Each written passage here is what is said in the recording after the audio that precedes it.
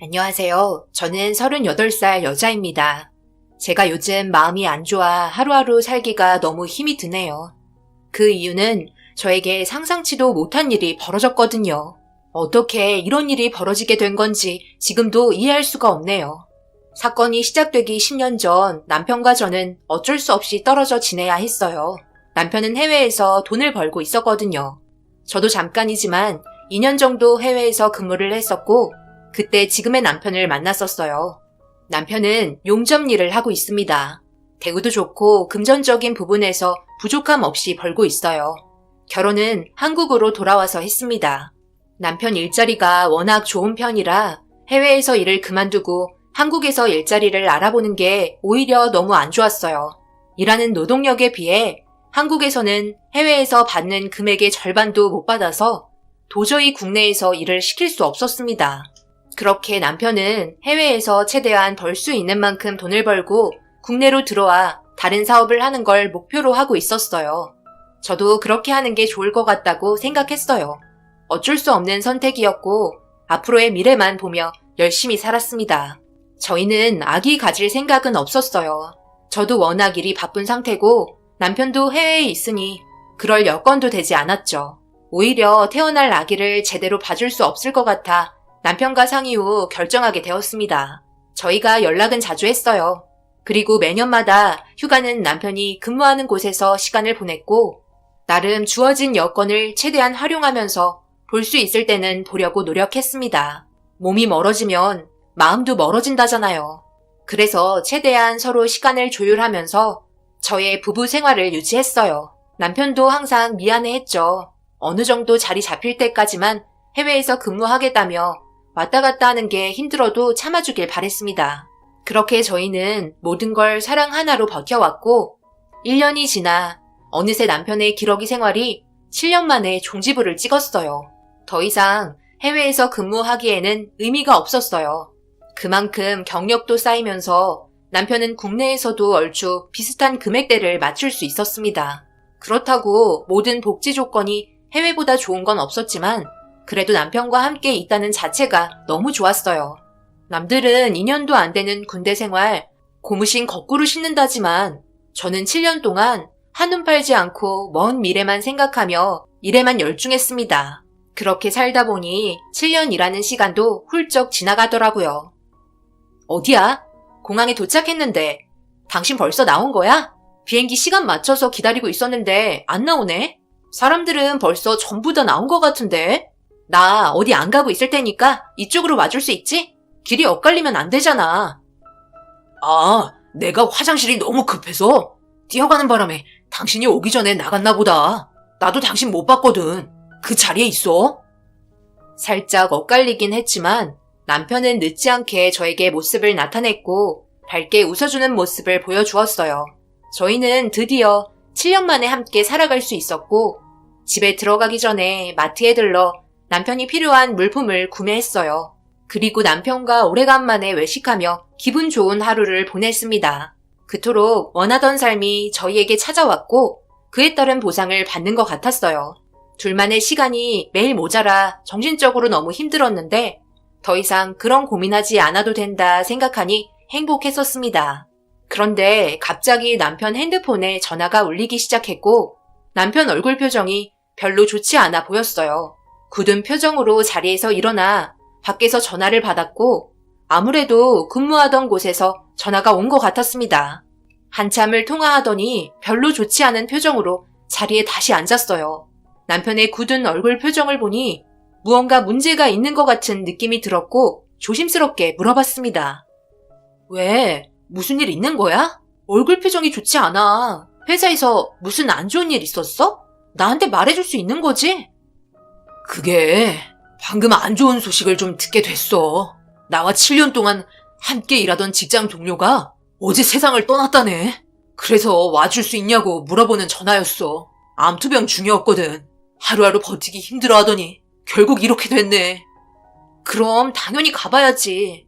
와줄 수 있냐고 물어봤다며. 사고를 당해서 떠나게 된 건데 당연히 가야지. 여기 일은 신경 쓰지 말고 다녀오도록 해. 어차피 길어야 며칠 있다가 다시 들어오는 건데. 그래서 언제 출발해야 할 것 같은데? 아무래도 오늘 늦은 저녁 비행기로 출발하는 게 좋을 것 같아. 그곳까지 가려면 비행기도 오래 타야 하고 시간이 별로 없으니까. 남편은 늦은 밤 비행기를 타고 가야 될 것 같다며 직장 동료를 잃은 슬픔에 괴로워하고 있었어요. 정신적인 충격이 상당한 것 같았고 끝내 눈에서 눈물이 흐르고 말았습니다. 아주 잠깐 함께 있었는데 다시 보내야 한다는 게 마음 아팠지만 어쩔 수 없는 상황이라 이해하고 넘어갔어요. 사람이 떠났다는데 모질게 가지 말라고 할 순 없잖아요. 결국 저녁도 입에 들어가는지 코로 들어가는지 모를 정도로 급하게 마무리 짓고 공항까지 바래다 줬습니다. 남편은 최대한 빨리 오겠다며 제 이마에 입을 맞춰주었고 그렇게 손 흔들며 남편을 다시 보내줬어요.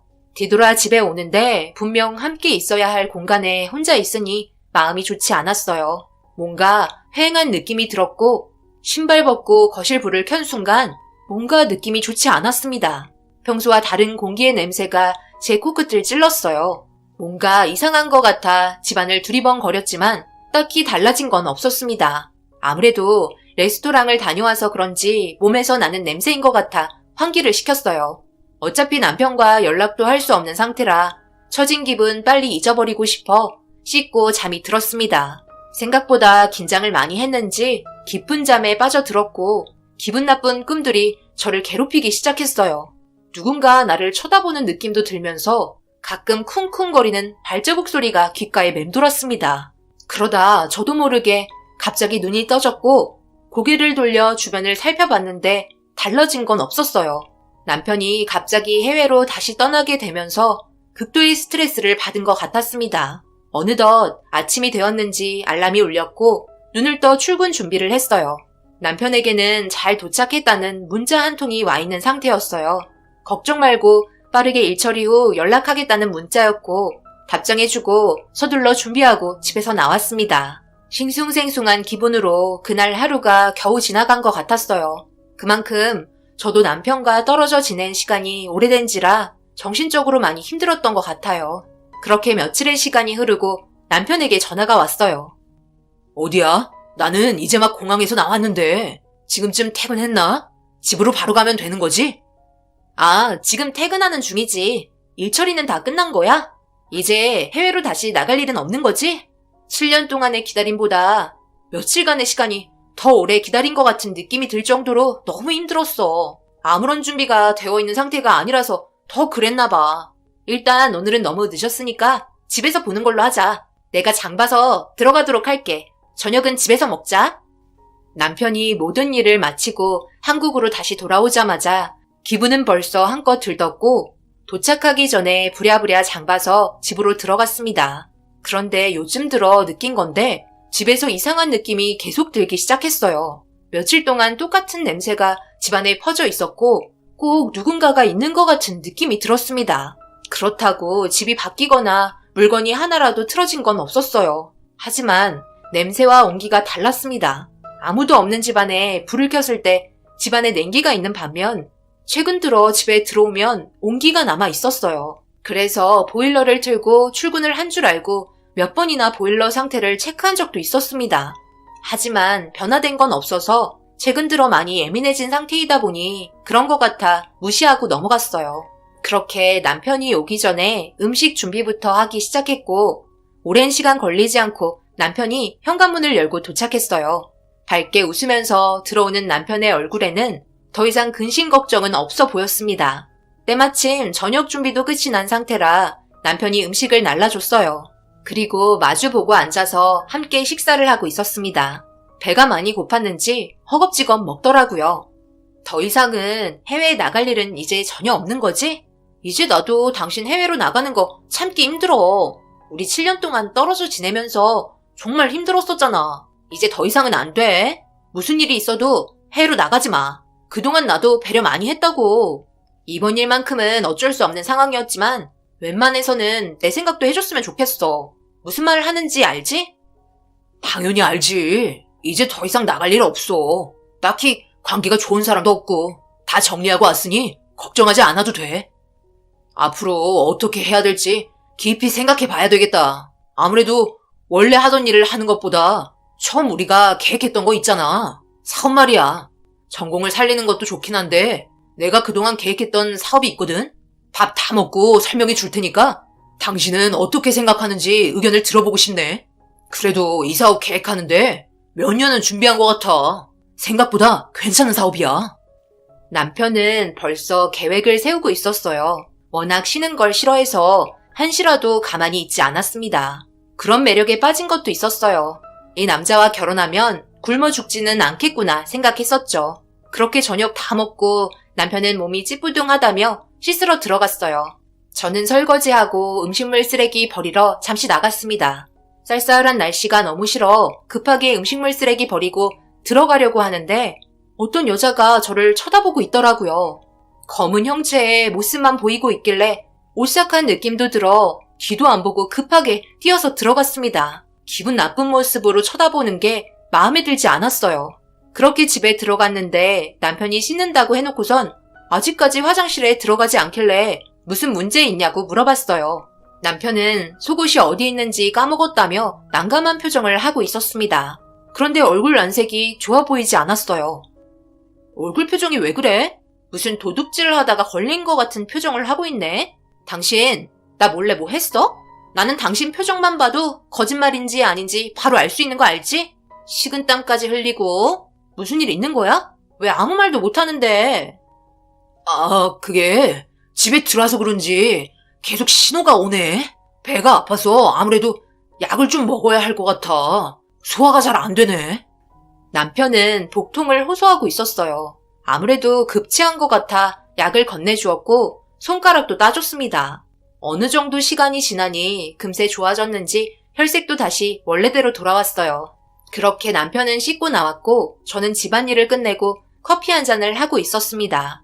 그런데 창밖 풍경을 보며 여유를 가지고 있었는데 어두컴컴한 밖을 내려다보니 아까 음식물 쓰레기 버렸을 때 그때 서 있던 여자가 움직이지도 않고 그 자리에 우두커니 서 있더라고요. 너무 소름이 돋아 남편을 불렀어요. 여보, 이쪽으로 와봐. 저기 저 여자 보여? 내가 아까 음식물 쓰레기 버리고 있는데 그때부터 지금까지 한 발자국도 움직이지 않고 그 자리에 버티고 서 있다? 분위기도 완전 안 좋지. 누군가를 기다리는 건가? 아니면 정신이 좀 이상한 사람인가? 저런 사람 조심해야 돼. 뉴스에도 많이 나오잖아. 항상 가까이 가지 않게 거리 유지해야 되는 거 당신도 잘 알지? 그러게. 저런 사람이 우리 동네에 있냐? 무섭게. 아무래도 민원 들어올 것 같은데 내가 경비실에 신고할까? 남편이 경비실에 연락하려고 하는데 제가 그냥 하지 말라고 말렸어요. 어떤 사유 때문에 저런 행동을 하는 건데 괜히 건드려서 좋을 거 없다 생각했습니다. 남편은 제 말을 순순히 따랐고 우리한테 피해준 거 아니니 그냥 넘어가자며 안방으로 들어갔어요. 저희는 결혼하자마자 서로 떨어져 지낸 상태라 결혼한 지 7년이 지났는데도 신혼이나 다름이 없었습니다. 아무래도 분위기가 조성이 되다 보니 서로에 대한 사랑을 느꼈고 신혼 같은 밤을 보내려고 준비하고 있었는데 거실에서 뭔가 쿵 하는 소리가 들리더라고요. 생각보다 큰 소리가 들려서 너무 놀라 그동안 제가 겪었던 일에 대해 설명하기 시작했고 가만히 듣고 있던 남편은 기분 탓일 것 같다며 거실로 나간 남편이 불을 활짝 켜더니 아무것도 없지 않냐고 저를 진정시켜 주었어요. 그렇게 다시 거실 불을 끄고 안방 문을 닫았는데 그 순간 엄청난 소리가 재차 들려왔고 남편 또한 얼굴 표정이 정말 굳은 상태로 거실을 향해서 보고 있었어요. 저는 너무 무서워서 남편 뒤로 숨었습니다. 너무 무서워서 일단 급하게 안방 문을 걸어 잠갔어요. 그리고 경찰에 신고를 하려고 하는데 남편이 기다려보라며 밖의 상황을 듣고 있었습니다. 그리고 충격적이게도 누군가가 쿵쿵거리면서 뛰어다니기 시작했고 거실에 꽤 많은 사람이 있는 것 같았어요. 너무 무서워서 저도 모르게 눈물이 흘렀습니다. 그동안 저 혼자 지내고 있었는데 그때 몸으로 느꼈던 촉이 진짜 맞았어요. 누군가가 저희 집에서 생활하고 있는 것 같았습니다. 저는 몸이 부들부들 떨리기 시작했고 그런 모습을 보고 있던 남편이 굳은 표정으로 안심하라며 괜찮다고 진정시켜주려고 노력했어요. 그런데 그 순간 안방문을 갑자기 쾅쾅거리기 시작했고 충격적이게도 안방문 반대편에서 들린 목소리는 생각보다 어린 아이의 목소리였어요. 그리고 남편 보고 아빠라며 외치고 있었습니다. 저는 너무 놀라 문을 활짝 열었고 저를 본 사람은 다름 아닌 한 명이 아닌 두 명의 남녀였어요. 한 명은 생각보다 꽤 큰 아이였고 또 한 명은 그보다 한두 살 어린 아이들이었습니다. 그런데 문제는 남편을 보며 아빠라고 하는 말이 너무 황당했어요.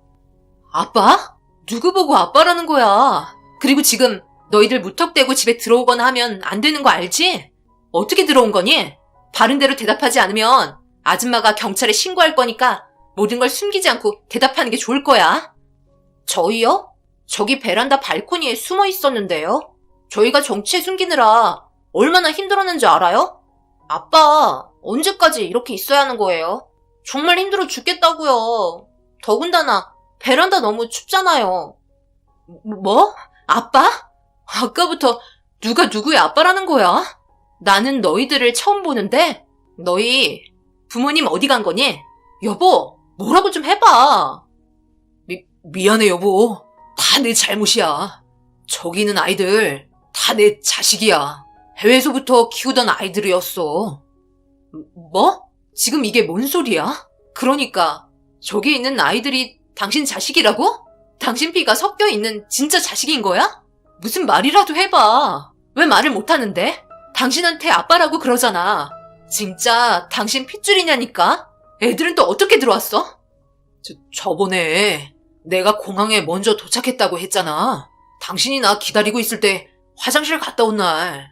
그때 내가 집 주소랑 현관 비밀번호 알려주고 몰래 집에 들어오게 했어. 며칠만 있다가 해결하려고 그랬어. 내 말 믿어줘. 그리고 얘네들 내 친자식들은 아니야. 대신 돌봐주고 있는 거야. 진짜야. 그래서 나한테 아빠라고 그러는 것 같아. 엄청난 일이 터지고 말았고 전혀 예상하지 못했던 충격적인 상황에 어떻게 해야 할지 모르겠더라고요. 더군다나 이 아이들이 저희 집에서 그동안 숨죽이고 있었다는 게 더 놀라웠습니다. 그리고 이런 일들을 나한테 숨겼다는 게 이해하기 힘들었어요. 남편의 표정을 살펴보니 저한테 분명 거짓말하는 것 같은 느낌이 들었었고 왜 데려왔는지부터 설명을 들어야 했습니다. 그래서 자세하게 납득할 수 있게 설명을 해달라고 물어보자 한참을 입 닫고 있다가 화를 내는 순간 설명해주기 시작했고 남편은 충격적이게도 세상 떠난 직장 동료의 자식들이라며 암투병으로 힘들어하던 동료가 자기에게 부탁한 거라며 어쩔 수 없이 먼저 데려왔다는 말을 꺼냈어요. 그러면서 하는 말이 저희가 이 아이들의 인생을 책임져 주고 싶다는 받아들일 수 없는 말을 꺼내놓았습니다. 저는 고개를 절레절레 흔들면서 받아들일 수 없다 했어요. 다 큰 자식들을 걷어들여서 키운다는 게 쉬운 문제도 아니었고 제가 원하던 삶과는 아예 다른 방향으로 흘러갔기 때문이죠. 그런데 그 순간 갑자기 현관문에서 초인종 소리가 들리더라고요. 인터폰을 확인해보니 저는 비명을 지르고 말았습니다. 인터폰에서 얼굴을 내밀고 있던 사람은 다름 아닌 음식물 쓰레기 버릴 때 저를 빤히 지켜보고 있었던 여자였어요. 그런데 남편이 조용히 현관문을 나서더니 문을 덜컥 열어주더라고요. 정신 나갔냐고 절대 열어주지 말라고 화를 냈는데도 남편은 아무 말 하지 않고 현관문을 열었습니다. 그러자 밖에 서 있던 여자가 밝게 웃으면서 집으로 들어왔고 그 여자를 본 아이들이 갑자기 엄마라고 외치며 달려가 끌어안았어요. 남편은 저에게 조심스럽게 다가왔어요. 그 친구의 아내 되는 분이셔. 외국에서 살기 힘들다며 한국에서 살고 싶다고 부탁하셔서 이번에 데려온 거야. 그 전에 원래 아이들이랑 같이 오려고 했는데 일처리가 좀 남은 상태라 그래서 어쩔 수 없이 아이들 먼저 데리고 온 거였어.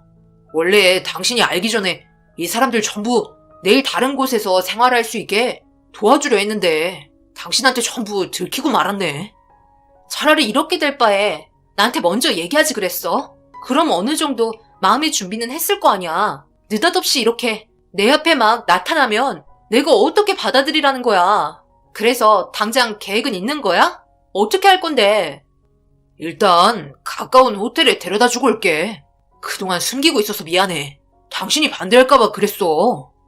그래서 집안에 온기가 있었고 이상한 냄새가 났던 거였어요. 그리고 무언가 이상했던 건 퇴근하고 들어오면 냉장고의 음식들 위치가 조금씩 바뀌어 있었는데 그런 거 전부 다 기억하는 사람이 어디 있어요.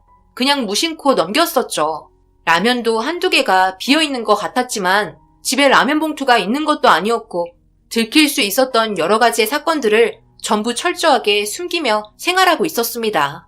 그리고 아이들은 제가 눈을 붙이고 있을 때 거실에 나와서 눈을 붙이고 한 것 같았어요.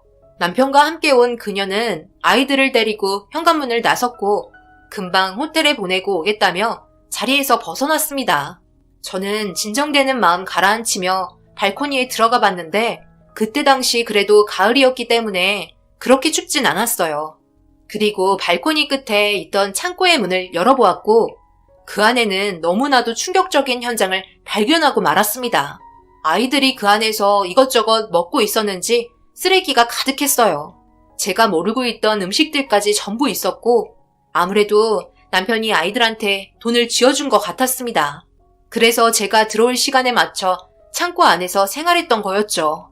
모든 현장을 확인한 저는 확실히 이상하다고 느끼고 있었어요. 일하는 동료가 죽음과 동시에 의문의 여자까지 데려오고 첫날에는 자식들까지 데리고 들어와 저 몰래 먼저 집에 들어오게끔 했다는 게 납득이 되지 않았어요. 그렇게 창고에 있던 쓰레기가 며칠 동안 묵었는지 거실에서 펼쳐지던 똑같은 냄새가 올라왔어요. 전부 다 치우며 애를 먹었고 남편이 뒤늦게서야 집에 들어왔습니다. 그런데 아이들이 창고에서 생활을 많이 했는지 머리카락이 상당히 많이 빠져 있더라고요.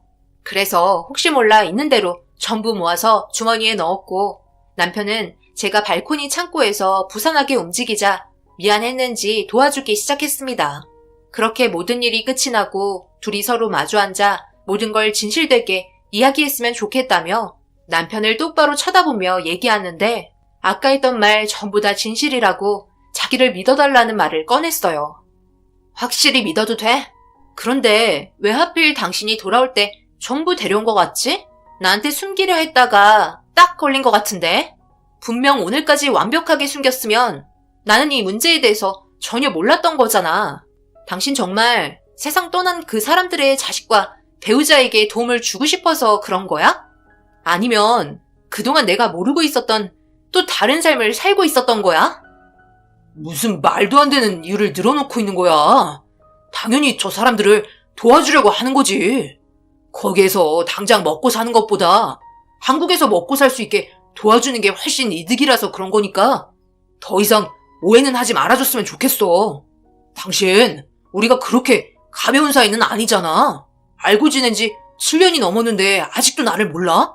그리고 내가 거짓말하면 당신이 바로 알잖아. 내가 표정 잘 못 숨기는 거 알지? 진짜 오해하게 해서 미안하고 이번 주 주말에 다시 정식으로 인사시켜줄게. 남편은 그 말을 끝으로 피곤하다며 방으로 들어갔어요. 저 혼자만 이 일이 심각하게 느껴지는 건지 도저히 이해할 수가 없었습니다. 그래도 뭐든 확실하게 하는 건 좋은 일이니 좀 더 두고 보기로 했어요. 그리고 다시 예전처럼 가정의 분위기가 좋은 방향으로 돌아가길 바랬지만 그때의 기억이 쉽게 잊혀지지가 않더라고요. 그래도 시간은 계속해서 흘러갔고 주말에 모두가 한자리에 모여 식사 자리를 가졌습니다. 기분 나쁘게도 그녀의 눈빛이 심상치가 않았어요. 저보다 더 많이 눈을 마주치고 있었고 제가 이 집에 깍두기로 껴있는 것 같았습니다. 그리고 어딘가 모르게 아이들이 남편과도 닮아 보였어요. 그러다가 문득 떠오르게 된 질문 하나가 생각이 났었죠. 7년 동안 같이 힘들게 일하며 지냈던 동료의 사진 좀 볼 수 있냐고 물어보게 되었어요. 남편은 제가 한 질문에 당황했는지 때마침 사진이 없다며 횡설수설하기 시작했고 끝내 7년 동안 함께했던 동료의 사진을 볼 수 없었습니다. 그렇게 남편과 그녀와 아이들을 빤히 바라보고 있었고 제일 어린 막내가 갑자기 꺼낸 한마디에 화기애애했던 식사 자리에 정적이 흐르면서 남편이 저와 눈이 마주친 순간 남편 얼굴에 손이 올라가고 말았습니다. 아이가 꺼낸 말은 다름 아닌 그녀의 뱃속에 남편의 아이가 잘 자라고 있냐는 말이었어요.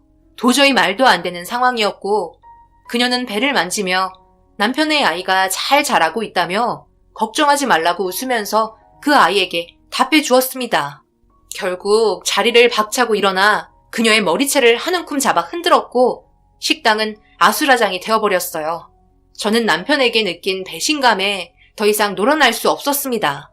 결국 그 자리에 있을 수 없어 빠져나와 모든 사실을 시부모님께 얘기했어요. 어머님 아들이 저 몰래 해외에서 바람피고 있었던 거 알고 계셨어요? 지금 어떤 일이 벌어지고 있는지 아세요? 그 상간녀랑 아이들 데리고 저희 집에 찾아왔다고요. 완벽하게 거짓말까지 하고 아이들을 숨기고 있었어요. 아유, 그게 정말이냐? 아유, 근데 이걸 어쩌냐? 해외에서 있었던 일이라 내가 막을 수도 없었고 벌어진 일이니 받아들여야지. 그게 무슨 말이에요? 받아들이라고요? 제가 받은 상처는 생각 안 하세요? 그동안 시댁에 얼마나 잘했는데 이런 식으로 얘기하는 거예요. 그럼 저는 저 사람을 기다린 7년은 뭐예요? 가지고 노는 것밖에 안 되잖아요. 제가 가만히 있을 것 같아요? 어쩌겠냐? 상황이 이렇게 되어버린 걸 돌이킬 수도 없잖니. 나도 너한테 지금 들어서 엄청 놀라서 무슨 말이 안 나온다. 어머님, 알고 계셨죠? 말투를 보니 알고 있었다는 게 확실히 느껴지는데요. 정말 믿을 사람 하나 없네요. 시모도 알고 있었던 것 같았어요. 당연히 모를 일이 없었죠. 혼자 집에 들어가 이것저것 짐 챙기고 있는데 남편이 들어왔어요. 그것도 혼자 들어온 게 아닌 그녀와 자식들까지 데리고 들어왔습니다. 제가 받은 상처는 아무것도 아닌지 갑자기 변해버린 남편의 모습에 결국 그 자리에서 눈물을 흘리고 말았어요. 그런데 남편은 미안하다며 고개를 떨구곤 하는 말이 더 충격이었습니다. 아이들은 자기 자식들이 아닌데 그녀의 뱃속에 있던 아이는 자기 자식이 맞는다며 암 투병 중인 직장 동료를 도와주다가 그녀를 좋아하게 되었다는 정신나간 소리를 배우자인 저에게 털어놓고 있었어요. 끝까지 거짓말하려는 남편의 행동에 할 말을 잃었습니다. 바람 피운 기간을 단축시켜 위자료를 덜 주려고 하는 수법인 거 저는 잘 알고 있었고 남편이 하는 말 하나도 믿을 수 없으니 유전자 검사를 통해 두 눈으로 직접 확인한 후 처벌이 내려질 거라고 소리치고 나왔습니다. 친정에 가는 것조차 창피해서 호텔에서 시간을 보냈어요. 그리고 다음날 바로 유전자 검사 의뢰했습니다. 그동안 남편에게 수십 통의 연락과 문자가 왔지만 일체 받지 않았어요. 제 두 눈으로 똑똑히 본 후 대화를 해야 할 것 같았어요. 그렇게 며칠의 시간이 흐르고 드디어 유전자 검사 서류를 받을 수 있었습니다. 그리고 그 안에 있던 아이들의 유전자와 남편의 유전자는 충격적이게도 일치한다고 나왔습니다.